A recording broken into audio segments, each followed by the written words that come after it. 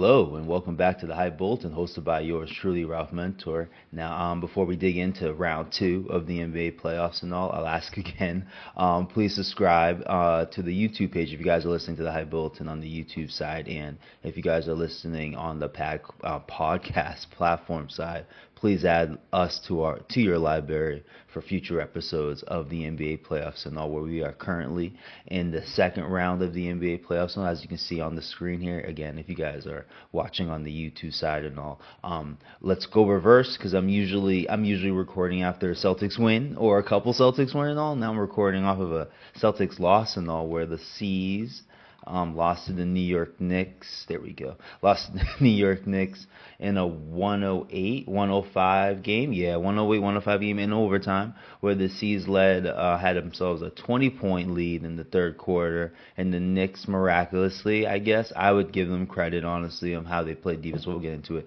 But miraculously came back and made it into a basketball game, essentially got themselves a lead in the fourth quarter. I think a 6-point lead, something like that, where the C's were able to come back and make it a 97-98 game, something of that nature and all too. Jalen Brunson missed himself a game-winning potential shot, basically, and all at the final seconds of the fourth quarter, where it eventually led to the overtime and all, where I would say the Knicks not dominated, but basically commanded the overtime and all too as well. The C's, to everyone's chagrin, took 63-point shots in the basketball game too as well. An abhorrent amount of shots, honestly, too as well. You can obviously blame their third quarter shot selection to what's it called there, to influence the New York Knicks of their comeback and all too as well and all. I do want to give the Knicks credit though, because I do think the C's, even though you could argue they should have adjusted going into the fourth quarter with the 3-point shot making, they still had the lead. I think they still had an 11-point lead or something like that going into the fourth quarter. So I feel like in those reasons why they didn't adjust, the reason why I want to give the Knicks credit at least, because throughout the 4 games in the regular season, the Knicks and their coach there, Tom Thibodeau and all, would keep their defense. Let's say they wouldn't switch on defense, they would try to keep whoever's, like, if Towns is guarding Tatum, and if there was a pick and roll scenario, they would basically try to keep Towns on Tatum and all. In this game, at least, and all, they seemed to switch, and in some scenarios, at least, and all.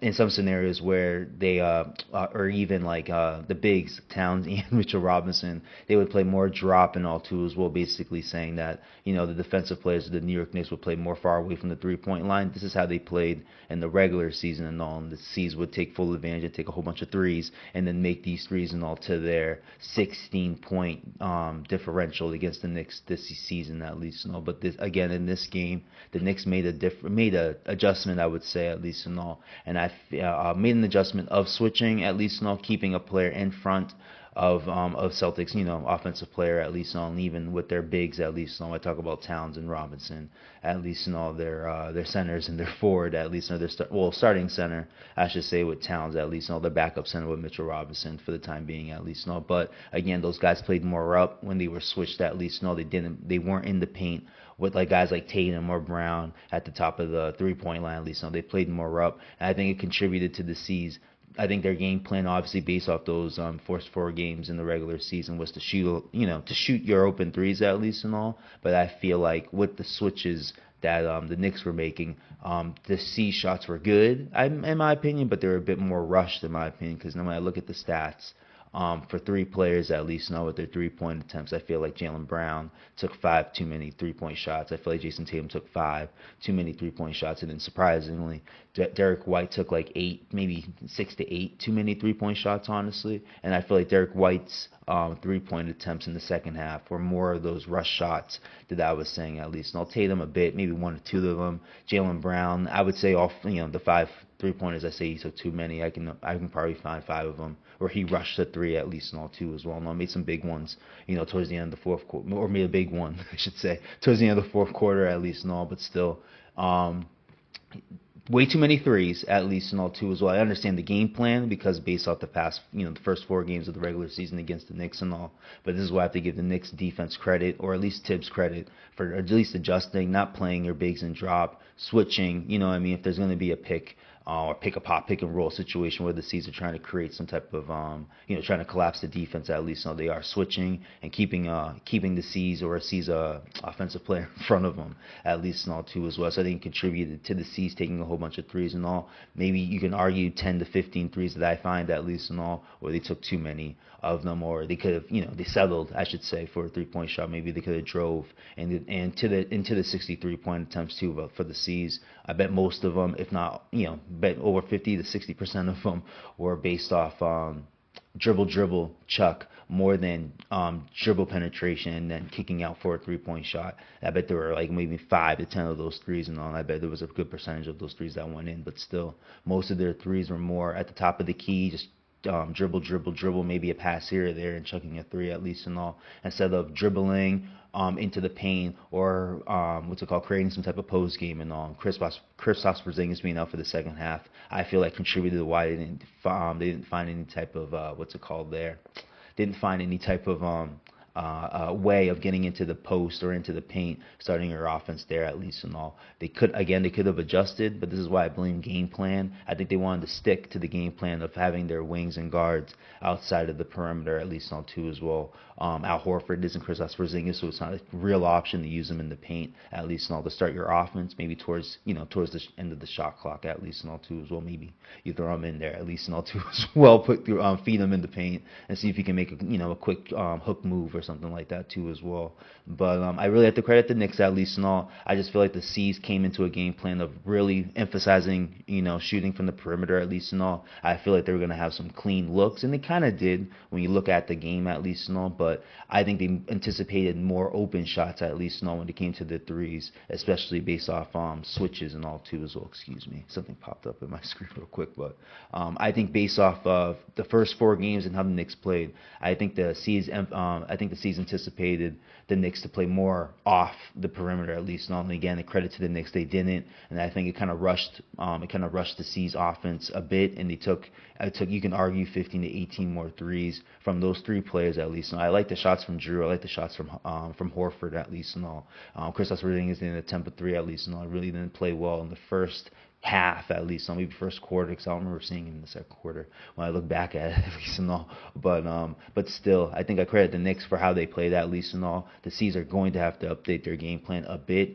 They can still play out the perimeter, but again, to the game plan part, I don't think they really emphasize any stunts they can use outside of these pick and rolls and all, when you have someone at the top of the key and all, and it kind of bogged down their offense when you look at least and all. If it weren't for the big offensive rebounds at the end of the fourth quarter for the C's to hit some big threes towards the end at least and all of the fourth quarter, I feel like they could have lost this game in regulation, my bad, against the New York Knicks honestly too as well. But again, I credit the Knicks, OG Anunoby. I was even listening to Locked On Celtics to the podcast, Celtics podcast before coming here at least and all, and even one guy mentioned Tom Westerholm, let me just put his name out there, that the C's had a 20-point lead in the third quarter at least on. As soon as that happened, OG Anunoby, I believe, hit like 2 big threes after that and all. And they kind of cut that lead down to 11 as soon as the C's got it up to 20 at least and all. So, again, you have to credit the Knicks too as well. Honestly, they stayed in the fight, got it within, 8-11 at the beginning of the fourth quarter at least and all. And they were able to show out, hit some big shots at least and all too. OG Anunoby was huge. Can't even lie at least and all too as well from the 3-point line and all. So they made their shots. C's didn't, and I think it contributed them. They didn't make their shots, so it contributed them to take more shots, again, to the game plan part, instead of maybe emphasizing something different and all, which I think you will see with Tatum probably more at the nail, probably Jaylen Brown, and Jude Holiday more at the dunker, if not the baseline, and Jaylen Brown a bit more with some more post-ups in the paint. Not in the paint, but a little bit outside the paint, down by the dunker position and all too as well. Maybe, like towards the baseline like I was mentioning earlier and all. But I do expect an adjustment at least. All the Knicks made a great adjustment from their first 4 games in the regular season. I think it contributed to this win for them. I think greatly contributed to their comeback too as well, honestly. If the C's don't adjust, could be sitting there in an 0-2 position where the Cleveland Cavaliers going on to the next series in the eastern side of the bracket at least, where the Cleveland Cavaliers are down 0-2 to the Indiana Pacers in my display, but surprisingly, at least in all two. I didn't expect them to be down 0-2, even though I did say the Pacers would win in 6. And to the season Celtics real quick, or to the season Celtics real quick, no shit, but to the Celtics and Knicks real quick, I did say sweep for my C's at least in all. Again, I'm wrong there too as well, so I just wanted to put that pick out there. I did pick the season to sweep, and again, an impressive win for the Knicks to come back and win that game, being down 20 in the third quarter at least. No, but to this series, I picked the Pacers in 6. Not to the series, I picked the Pacers in 6 in the series at least and all. I am surprised that the Cavs are down 0-2 at least and all. I did have concerns with their defense going into it, and I think it kind of showed out in both games. Moreover, in game 1 at least and all too as well, I just think their defense was, even though Darius Garland will get to their injuries at least and all, because it is a contributing factor for them being down 0-2 at least and all.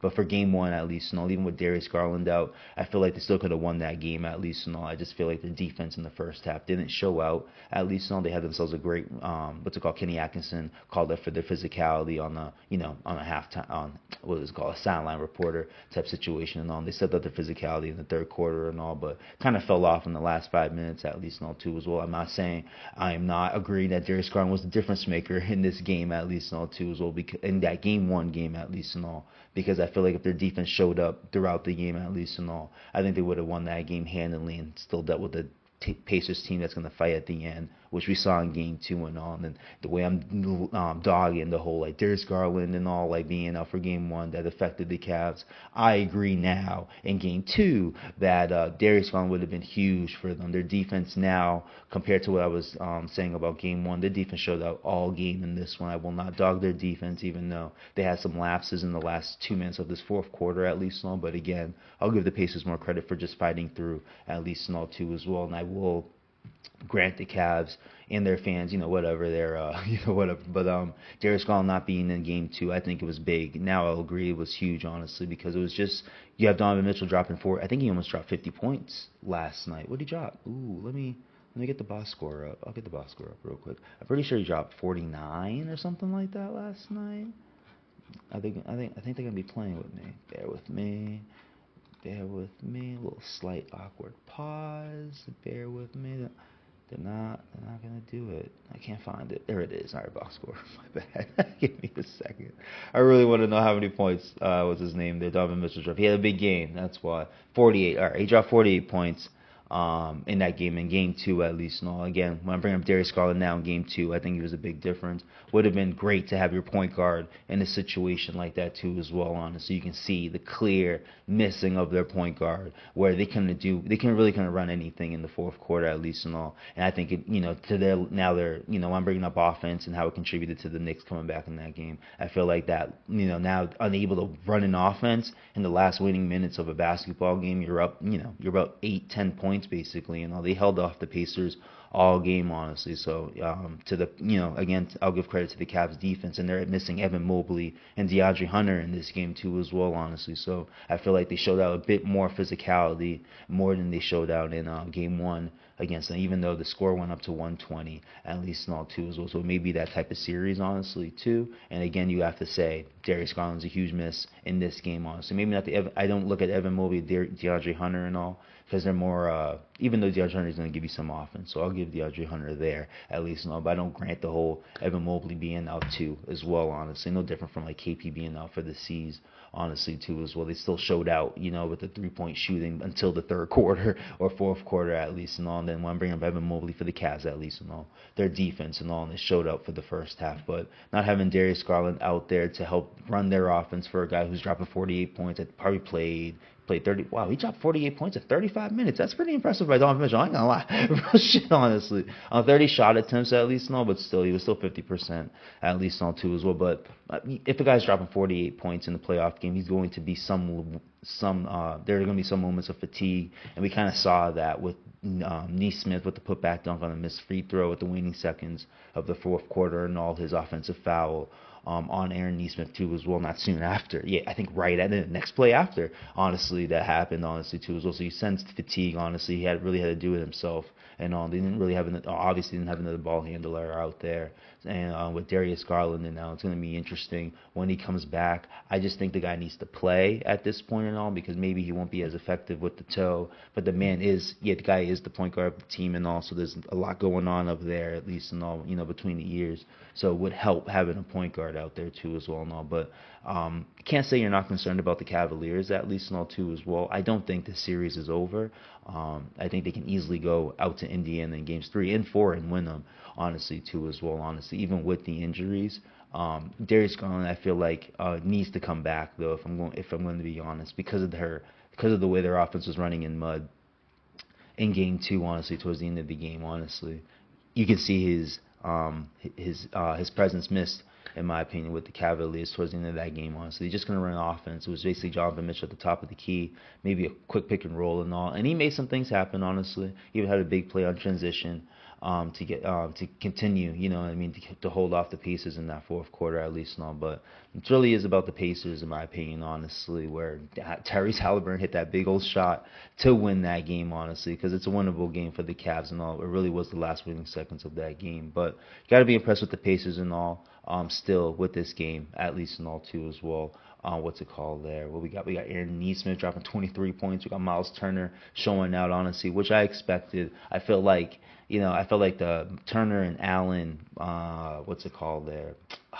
How do you call that? Jared Allen dropped, that's what I'm saying. Jared Allen didn't have a bad game, at least, and all too. They dropped 22 points, but I feel like it was even between those two centers, between these two teams, at least, and all too, as well, between Miles Turner and Jared Allen. And I think there's too much of a considerable difference, at least, and all. Pascal Siakam and Evan Mobley, clearly in this game, where Evan Mobley's not playing, there's going to be considerable difference, but still.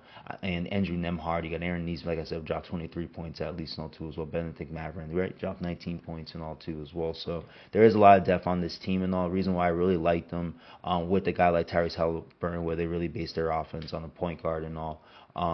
It's still interesting, in my opinion, still, because they didn't win this game clearly. Game 1 was still close, too, as well, honestly.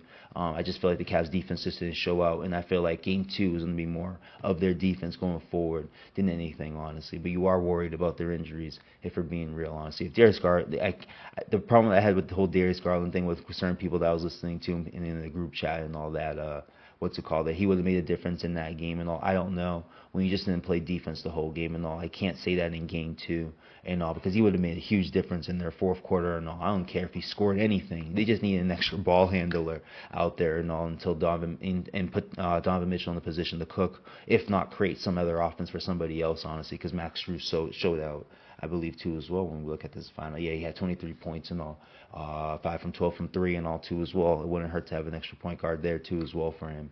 Too, as well, had a bad turnover, though I didn't even see it when I was watching the game, that turnover that contributed to Halliburton getting to the free throw line, hitting 1 of 2, getting his rebound, and hitting that 3 to win the game, honestly, too, as well. So, but high levels of concern, I would say, for the Cavs. I still think it's a series. I still think they can win. They can win games 3 and 4 and force 2 and 2 to go back home. I don't think the series is over like that, but it is concerning not to have your players out. Not to have your point guard out there for the time being right now. DeAndre Hunter and Evan Mobley are obviously losses, so we'll see. I just don't see the effect so far in Game 2, like I didn't see the effect in Game 1. But you could see it may come up going forward and all, because it wouldn't be surprising that they go down 0-3. I believe that team that won the way they won, honestly, that they can come from this adversity and win a couple games on the road and all. Donovan Mitchell's capable of doubling up what he doubled up at least. And all, can someone come to the party and all too as well and all. But it shall be interesting how this series continues, at least and all. I hate the whole injuries affect playoff series, at least and all, but this one can really affect it, honestly, if Darius Garland and Evan Mobley aren't able to come back anytime soon and all too as well. I feel like Andre Hunter is dealing with a finger issue while Evan Mobley is dealing with an ankle sprain, and Garland's been dealing with a left big toe issue for I think going on 2 weeks and all too as well, since missing the last 2 games of the Miami Heat series and missing the first 2 games of this series and all. So let's go to the Western Conference. I guess we'll go. What should we go first? I guess I'll go with T-Wolves Warriors first. I'm freestyling, mind you, too as well, honestly. So mind me with my little what's it called there, lulls or awkwardness at the certain points and all. But last night's game, that series just started finally because of the Warriors. It took till Sunday to beat the Rockets in the 7-game series at least. And I'll credit the Rockets. It was a fight series. And I don't want to come off saying like they should have won sooner and all, but the Warriors with Curry getting hurt in the middle of the second quarter and all, were still able to hold off the T-Wolves and win in an under 100-point game. All these playoff games are pretty interesting. Outside of the Pacers and Cleveland Cavs series, it's going to be a point central series at least and all. But Warriors were able to hold off the the T-Wolves in the 99-80 game. I just said that at least and all. But yeah, I wanted to bring the box score up real quick because Buddy Hield showed up again for the for the Golden State Warriors and all, even with what's his name there, Curry getting hurt and all. How many did Curry drop before he got hurt? Dropped 13 points before he got hurt. Whoa, I heard it like he was on his way to having a game. I wasn't sure about that. And then you look at the stats. He was 3 for 6 from 3-point line too. So 50 for 50, 55% overall with his field goal percentage and all. But nah, shout out to Buddy Hield at least and all. Thought game was 7. I said game 7, what he did against the Rockets and all was a mirage. He can't be doing that. And I was saying that after the first half, and he kind of doubled it up in the second half of that game and all. But now he doubled it up with two games in a row. Of hitting his threes at least and all too as well, and being a great great option for the Warriors offense at this point and all. I will credit Jimmy Butler being being on that team, honestly, him playing with Caleb Martins, the Max Struses of the world. I feel like Buddy Hield is like a better form of what he played in Miami and what he's got going with the Warriors and all. But again, had himself a huge game. Jimmy dropped 20 points too as well. Draymond Green I saw was having himself a game too as well. How many threes did he drop? 4 for 10. Yeah, from 3 at least and all too as well. So he's showing out out of nowhere and all too as well with his shot over the last 2 games and all. But an impressive game for the Warriors at least and all. They showed out again at least and all too as well. But I will say the lack of offense from the Minnesota Timberwolves, I think, contributed to the Golden State Warriors winning this game. They only scored 99 points and won this game by 10, at least and all too as well. The Warriors ain't that great of a defensive team. They are a great playoff defensive team. They will be able to keep up and make you play their brand of basketball because they play more small ball than the traditional double big, or at least in all, two like you got 2 players at least and all playing 6'10" or above at least and all. They keep it Draymond Green, I don't think they start anybody that's over 6'10" in their starting lineup because Draymond Green is barely 6'10" in my opinion. He's more like a Ben Wallace type of center at least and all too as well, if anything. But yeah, the Warriors defense isn't all that great and all. The T-Wolves offense looked like struggled. They had themselves a good start from the first quarter, second quarter and all, but it seemed to lull off at least and all too as well. And Edwards had himself a bad game, I guess, when you look at it, at least and all too as well, with his shooting numbers when he goes 9 for 22 at least and all, and 1 for 5 from 3 at least and all. But I really think offensively the T-Wolves really can figure themselves out. This is the type of game that they typically have at least and all offensively from time to time. So I wouldn't say it's a long-term issue at least and all, but it just seems like they're going to hit their shots when it looks like everyone's like 0 for from 3. Nas Reed was the best guy from 3, going 3 for 7 at least and all. But it just seems like they're just going to hit their threes. I'm not saying this team relies on 3-point shots, but it is an element of their game at least and all. And over the past couple of games too, I think in Game 5 when they beat the Lakers, they didn't shoot well from 3 too as well. Honestly, they happened to face a team that really couldn't figure it out offensively and all. And I mentioned the trades and all the big trade over the trade deadline is a big reason why they couldn't win that. That the Lakers offense looked more inept than the T-Wolves offense at least. No, but I really do contribute that the ineptness of the T-Wolves offense contributed to the Warriors winning this game at least. No, he only scored 88 points. No, it's either defense or your offense was bad at least. No, I'm going to say more offense at least. No, 'cause I just saw good things from the T-Wolves in the first quarter or so, if not, first quarter or so of the game. to show that their offense is there at least. It wasn't that consistent. Yeah, defense sheds only had 7 points too as well, and he had he had himself a good first quarter or so, and then tailed off and all too as well. I didn't watch much of the second half at least and all, but I did hear that Ant Edwards figured himself a bit at least and all, but it seemed like he was a bit lethargic too as well. The energy wasn't there honestly too as well and all. So we'll see. Really think it's an early thing.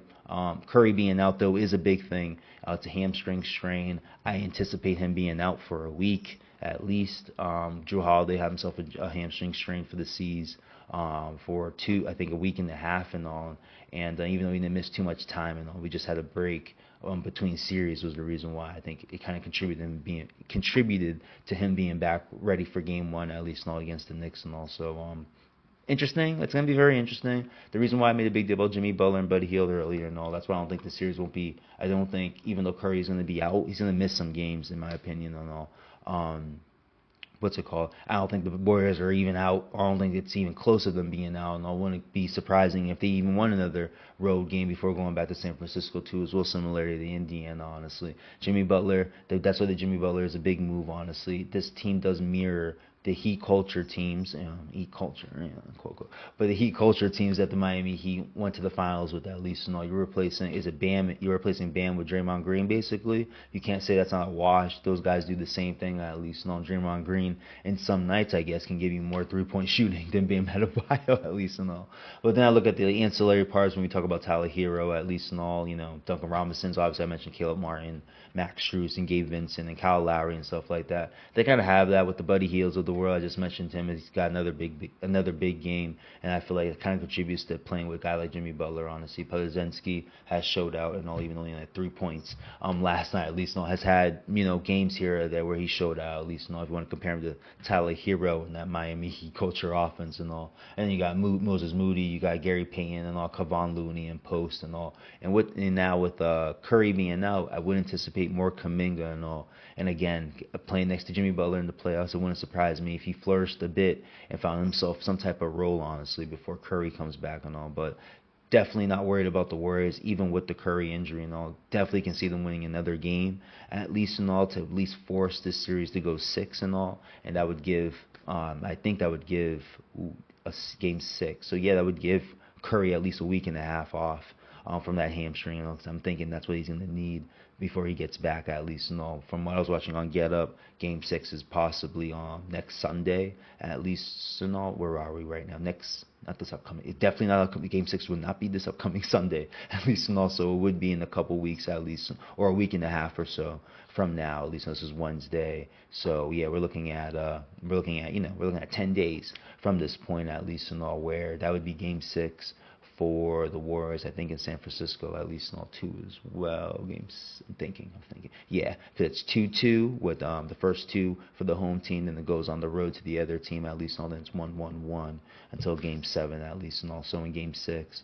The Warriors would be in San Francisco. That would be 10 days after and all, too, as well. That would be a good time to bring Curry back, in my opinion, and all. And I think the Warriors can win at least one more game going on this series, at least, and all. It'd be surprising if the T-Wolves sat there and won 4 games straight, at least, and I'd be stunningly surprised, at least, and all, the way the Warriors have played in this playoffs, at least, and all. They were able to win a game without Butler, at least, and all, too, as well, in that series against the Rockets. The Rockets kind of mirror the T-Wolves a bit and all, too, as well, especially if the T-Wolves are shooting like that. They definitely mirror the Rockets from the last series, at least, and all, and we all saw that going 7, at least, and all. I think this is a similar series. The way the T-Wolves shot, I don't think it's going to be the same, at least, and all, too. I don't think it'll be. Let me just say, I don't think it'll be as bad, at least, and all, for them shooting wise. They are streaky shooting team, at least, and all. I feel like Naz Reid from us, my bad, but for anyone listening or watching on YouTube,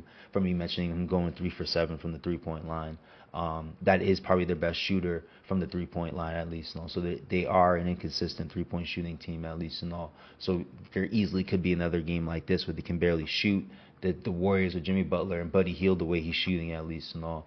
And with Moses Moody and Pajinski, they can easily, on the other side, have themselves a good shooting night and win that type of basketball game and all. So definitely see the Warriors in this series with or without Curry and all. I do anticipate, because Drew Holiday had the similar I'm not a doctor, so I don't know if it's a similar hamstring strain, but I would think it's a low-level strain at least based off the way him running off the court and running back into the locker room at least may hurt, but I don't think it's something that may derail him for the rest of the playoffs at least. I would think he'd be back within a week or two, too as well. Can the Warriors extend it enough where he can come back and help them out win this series and all? Yes, and I do think the Warriors can win this series without him too as well. Honestly, it's close. It's definitely closer. I think who did I say? T-Wolves in 7 in this series at least. I trust youth legs over the older legs at least but I still think he can go 7 without Curry at least but definitely if it definitely went 7, the edge is definitely going to the T-Wolves with Ian Edwards if there's no Curry on the court and all. And I would be so shocked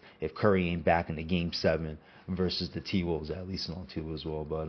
But that's for that series. And for the last one, we'll save the best is not last. I saved the best for first because the Celtics are the best according to me at least too as well. I'm a little bias, I guess you can say at least. But for game 1 at least that we got game 2 tonight, no different from the Knicks and Celtics at 7:00 my time at least But Denver Nuggets sold themselves a game that I definitely did not watch over the last stretches of the fourth quarter at least because I thought that game was over at least too as well, because it seemed like the Thunder were dominating, but you have to give the Nuggets credit. Based off the game I was watching in the first half, at least, the Thunder definitely could have been up 20 points in this game and all, but that never really happened. When you look at the Nuggets, always fighting back. At least, we saw Jokic going crazy on the bench again too as well. I guess we can I think we can call him a player coach at this point, honestly, too as well. No different from my guy Bill Russell, at least, former Celtic great and all too as well. But what's it called there? But yeah, the Nuggets stole themselves a big win, and in OKC they were down from when I gave up on the game. They were down 105, 115, 104 with like 4 minutes left. Shai Gilgeous is at the line and all. You think it's all over at least and all. And like what's it called? 30 to 40 minutes later, a group chat that I'm in is going crazy that the Thunder lost that game at least and all too as well. And I go back and see that Chet Holmgren missed a couple free throws at the end. I won't say choked, just missed a couple free throws at the end at least and all. And Aaron Gordon again hit a game winner, this time a 3, to lead them to a 121-119 win, honestly, too, as well. There wasn't much time left, so that's why he chucked a 3, I believe, in all, too, as well. But won that game no different the way the Pacers won that game against the Cavs last night. And now they're up 1-0, too, as well. And now I haven't had any concerns for no team, I believe. I have no concerns for the Cavs. I got no concern for the Warriors with losing Curry, at least too as well. No worries. And I got no worries for the Celtics, at least. And I really think it's a game plan thing. With their shot selection, there was 63 pointers in the basketball game, at least and all too as well. I'm not what Tim Legler saying is the most disrespectful thing in basketball and all, but they did not, like I said, Jaylen Brown took 5 too many, Jason Tatum took 5 too many, and I argue that Derek White probably took 6 to 8 way too many 3-pointers at least, but still not concerned about all that too as well. But with the OKC Thunder and their loss against the Denver Nuggets and all too as well, I'm concerned at least and all too as well. There's even again. That's why I don't say Chet Holmgren choked on the free throws at least and all. I just think that's fatigue facing a guy like Jokic and all. And I don't hate Chet Holmgren's physique or body style or whatever it is, honestly, but I just think it's a disadvantage for his body style facing Jokic in a 30-minute playing time game. 35 minutes. How many minutes did he play? How many minutes did he play? Played 30, 27. Oh, he only played 27. Well, there's another concern for me right there, too, as well, unless he was in foul trouble or something like that. That's going to be interesting, too. Wow, I'm shocked by that. That gets me more concerned about them. If he's only playing 27 minutes, he must have had foul trouble. They don't show that here, unfortunately, right? No, I'm curious by that.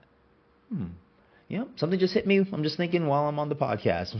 I usually do the thinking before coming onto the podcast, but I'm surprised to see Chet Holmgren only playing 27 minutes in a playoff basketball game, honestly, too. It's always supposed to be your number 2, if not 3 option on your team and all. It just leads to my concern, at least and all, too. Like, he's only playing 27 minutes, and I feel like he was a bit fatigued going into those free throws and all. What he missed, at least and all, too, as well. He was 0 for 3 from three-pointer. I feel like that's the base of his game, too, as well. His base of being explosive, I should say, with this game because of the three-point shot, because of his just a slim body for the time being, at least. No, he will develop a body. I'm not even worried about the pause.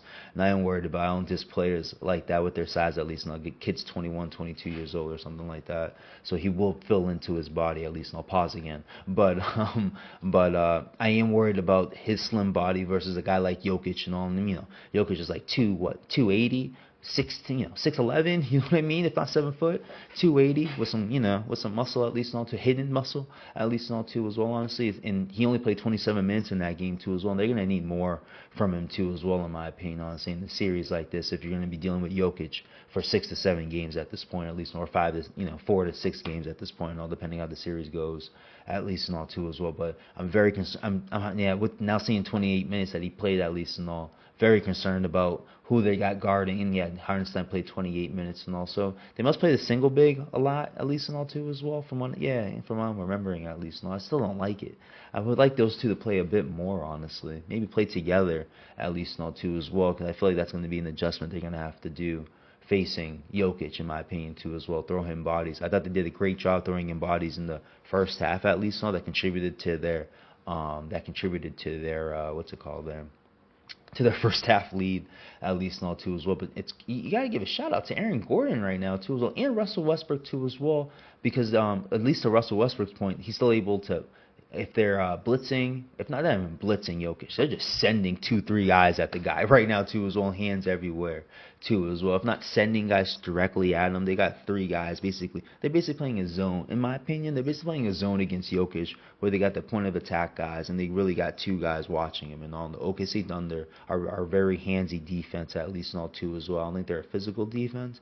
I think that's the part that's a bit overrated to me about them, but they definitely are a handsy defense, at least and all. So I feel like that game plan for a team like that can work against Jokic, at least and all. But I give Westbrook credit, at least and all, for an extra option off the bench to really help run their offense, at least and all, and still keep Jamal Murray off the ball, where he doesn't have to be worn out from carrying the team as a playmaker, at least, or at least a point guard, because I don't think Jamal Murray is a playmaker. The guy's a scorer, at least and all too as well. I think he only dropped 21 points. He had 21 points in that game and all too as well. So he was even okay in a game like that for the Nuggets, at least and all. But I just want to give a shout out to Westbrook and all, because with the way OKC Thunder are going to be playing Jokic, I feel like they're going to need another guy to be a ball handler for them, and Westbrook was a big time, big ball handler for them, in my opinion, in that game, at least and all too as well.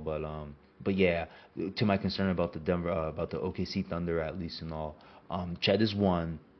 Second one is Jalen Williams, at least and all too as well. The man went 5 for 20 in this basketball game too. He was only supposed to be their number 2 option. He played 38 minutes, at least and all too as well. I just don't know. My issue with Jalen Williams, at least, I just don't know if this man knows where his spots are in a half-court set yet, at least. He can hit a 3. He can hit a mid-range. The man can get to the basket and dunk on you, yam on you, too, as well. I just don't know if he's figured out yet in his young career, at least, when can I use my 3? When can I get this spot, at least and all? Oh, I should be driving. I just don't know if he understands all that type of stuff. This is I think something that I mentioned in one of my prior episodes, one of the first episodes of this season, at least. We're on episode 5 of season 2, at least. But I just wanted to, something I threw out about, once adversity hits the Thunder, at least, do they have enough experience to grow from it, or to adapt and stuff like that? I mentioned the C's and the 3-point variance and how crazy they shot the threes. I expect them to adjust and take at least 40 to 45, 35 to 45 threes in game 2, at least. The thing I worry about the Thunder, especially offensively with their star players, at least and all, what are they gonna do differently, at least and all? I feel like Shea's gonna be doing the same thing he did last night, which will give him his 33 points. What'd he do? He went 33, 10, and 8, at least and all too. So he didn't have a bad game, at least and all. But is he gonna do something different to get J-Dub going, at least? Is he gonna do something different to get Chet Holmgren going too? And it's not on Shea too as well, honestly. I think it's more of the coach to figure that out too as well. And again, Mark Dagnall, smart coach, don't got the problem with the coach too as well, but is he an experienced playoff coach, or does he have the experience to to make the subtle differences in Does he have enough experience for the my bad? Does he have enough experience in the playoffs at least, to make those little differences on a young team? Now, if he had some vets to go to, as stars at least, I like them. Caruso and what's his name there, Isaiah Hartenstein are dope like vets that they have on their team. But in crunch moments and in impactful moments at least, you're not going to them. You're not setting up plays for them. They may come off of the play and do their thing. Caruso was dope, and I think he hit 20 something points. He had 20 points. Yeah, he had 20 points and all. And I bet most of those were off second chance opportunities at least, or broken plays at least, or at least plays at the start of the shot clock. Shot clocks. I remember him hitting a couple threes when they started a couple offensive plays on transition at least, too as well. So they can find their shots, but you're not setting up your half court set with Alex Caruso or Isaiah Hartenstein, and that's where I throw the lack of experience from those stars and Chet Holmgren and Jalen Williams and all. Tell the coach, coach, I want to. Shea can do that. I'll give Shea that, even though it's a one-way thing at least and all. Just basically a pull-up game. Basically, he's very creative on how he uses that pull-up game, and that's how he gets to the free throw line. I don't want to sit here and diss Gangstalicious SGA. That's just been my nickname all season, at least. But he does have game at least. But it is a one-way game at least. It does not help. To me, it does not help your players and all. Forces. It doesn't help your. It doesn't set your players up, in my opinion. It sets them up for jump shots. It sets them up for catch and shoot shots and all too as well, which Chet has been great for them and all too as well. J-Dub, again, leans to my question at least and all. How he doesn't seem to catch and shoot as much too as well. I feel like he's a guy who likes to catch the ball, dribble a bit, and then get his shot off too as well for a bit of a rhythm. Like I said, every player has their own thing at least and all too as well. But I don't look at him as a catch and shoot guy compared to guys like Casey Walls and Isaiah Joe and Alex Caruso and even Lou Dort, who's gotten better at that too as well, honestly, throughout his career. But still, I don't know if J-Dub is prolific at that yet, at least. And also, those are the type of things I question and all. Again, his mid-range game is dope, but does he go to it in crunch time? Does he know what to do? Not know what to do. Obviously, he knows what to do. He's a basketball player. But what does he trust in these late moments too as well? When he's going 5 for 20, what do you want to go to get yourself going at least? No, I don't know if he's found that bread and butter to his game yet too as well, honestly. And it's more youth than anything. It's like he can't do it. Give him 4 years, he's probably gonna be able to figure it out pretty damn well, honestly. But right now in this moment, those are the questions I have for the OKC Thunder at least. And you kind of saw it with them giving breaking their lead, dwindling from being up 115 to 104, and then losing in regulation 121 to 119 eventually and all too as well. So and then you look at they may have trouble, defense now too as well. They may have trouble even though their defense is great. They gave up. What was the score? I just said it out loud too as well. 121, 119. Yeah, they gave up 121 and all. And if I have to stay consistent, if I'm going to be knocking the Cavs defense and all, too as well, I have to knock the Thunder defense too as well. It may not be their fault. There is greatness on the other side, and Nikola Jokic too as well. The man dropped 42 and 20 in this basketball game too as well, alongside with Aaron Gordon dropping his 22 points and all too as well. So it may be just hard to stop Nikola Jokic, honestly, who is, in my opinion, the best player in the NBA right now, too, as well, honestly. And I thought in the first half he looked bad. I feel like he was contributing to the reason why the Nuggets were down, honestly. And for him to turn that into a 42-20 game, honestly, it's a shout-out to his greatness, honestly. And that may be the issue for the OKC Thunder in this series and all, because they had trouble guarding Luka Doncic last year, too, as well, honestly. And we look at the roster of the OKC Thunder and all too as well. A whole bunch of black people, a whole bunch of black guys on that court. Guy put out like the way I'm looking at least on Luka Doncic. We hear the rumors of the 270 and why Dallas traded him to Los Angeles in the first place at least and he was able to do that against a team that looks athletic, looks like a track team at least and all too as well. But now we look at Jokic going into this series and all.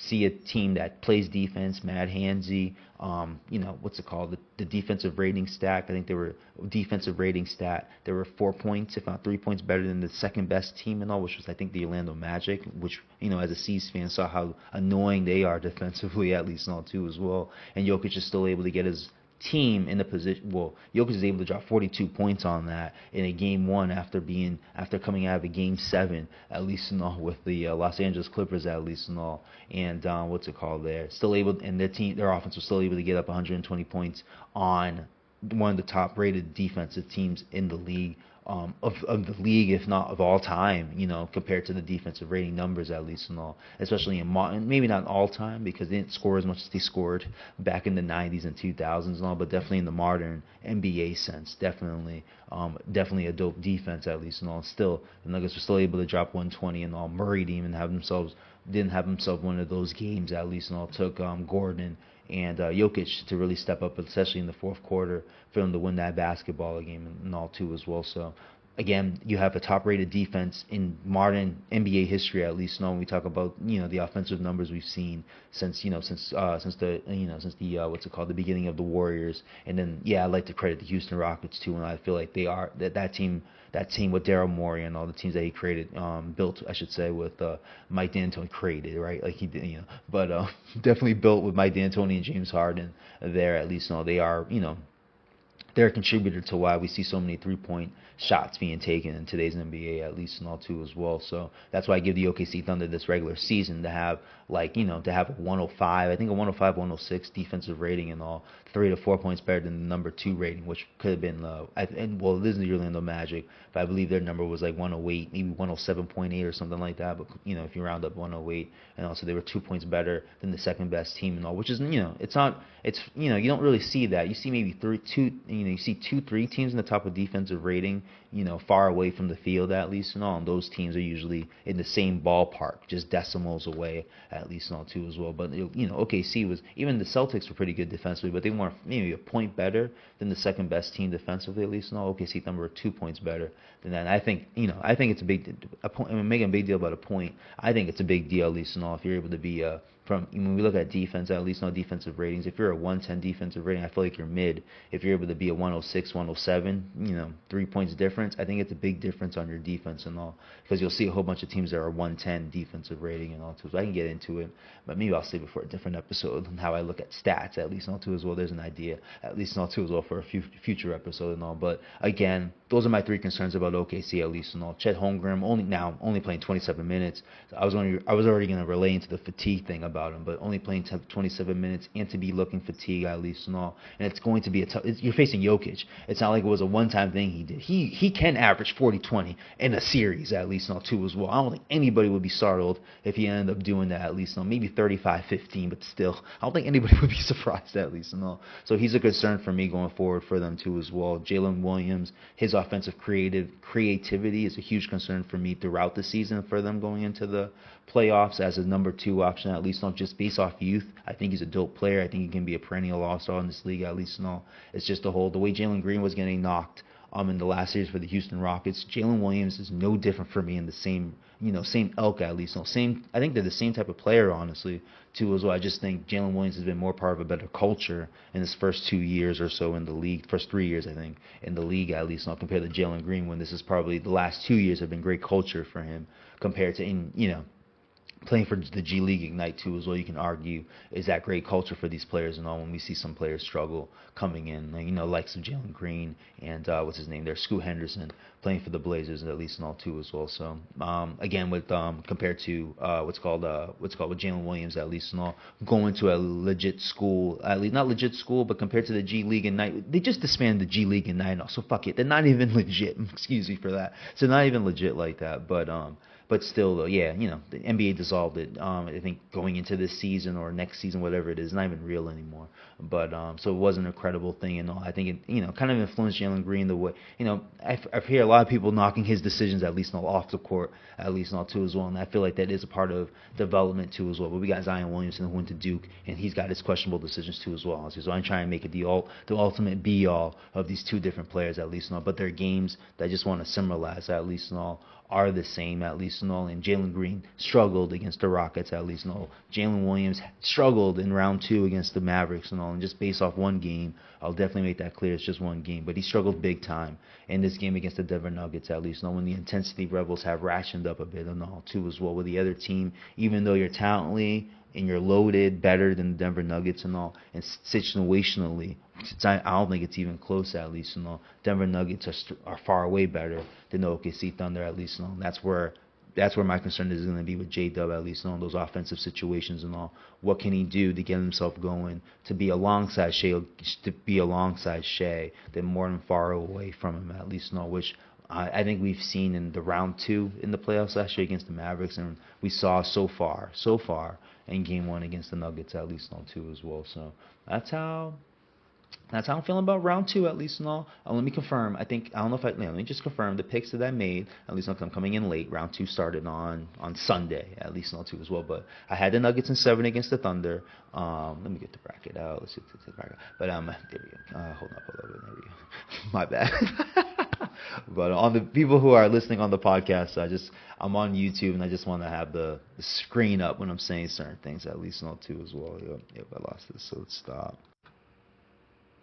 Had a quick technical issue, at least, and all. It kind of froze out, so I wanted to at least fix that all up and all. But yeah, just wanted to give the picks real quick. Just wanted to confirm, at least, in all my picks before we go. Got so much crap on the screen right now. Please bear with me. All right, cool. The picks, yeah, I just wanted to confirm. I think I said them, but I just wanted to confirm before I bow on out of here. I had the Nuggets beat the Thunder in 7. I have the T-Wolves beat the Warriors in 7. I got the Pacers beating the Cavs in 6. And I have the, I had the Celtics beating the Knicks in a sweep. And that's not happening, at least and all. So we're definitely wrong there, at least and all. But those are at least my picks, at least and all, too, as well, honestly. Again, like I said earlier, I credit the Knicks for their switch, at least and all. That was kind of my worry going into the series. It's Tibbs really going to play the same, and he didn't play the same, at least and all. So that's why it's a big shout-out to me for what the Knicks did to their comeback, at least and all, too, as well. Do think that the C's game plan was to just, not shoot a whole bunch. I do think 3 players, like I said, Brown, Tatum, and White were taking way too many threes, at least, and also they kind of the execution wasn't to the game plan, at least, when it came to those 3 guys in certain threes, at least, because I feel like they chucked more than broke down the defense before taking a 3, at least, but still credit to the Knicks, at least, definitely wrong there. If I had a prediction for at this point, at least, I hope it goes 6. I'm not even gonna lie, honestly. I'll be in New York for Game 6 on the 16th of May, at least, so I would love to go to Game 6, at least, if it comes into fruition, at least, but those are my picks. That's how I'm reacting to round 2 so far. Probably slide in 4 to 5 days from now. Who knows how I'll be feeling, at least. I do love the consistency for me so far, at least. If I want to give myself a pat on the back, at least. But still, I appreciate you guys listening. We'll talk soon. Peace.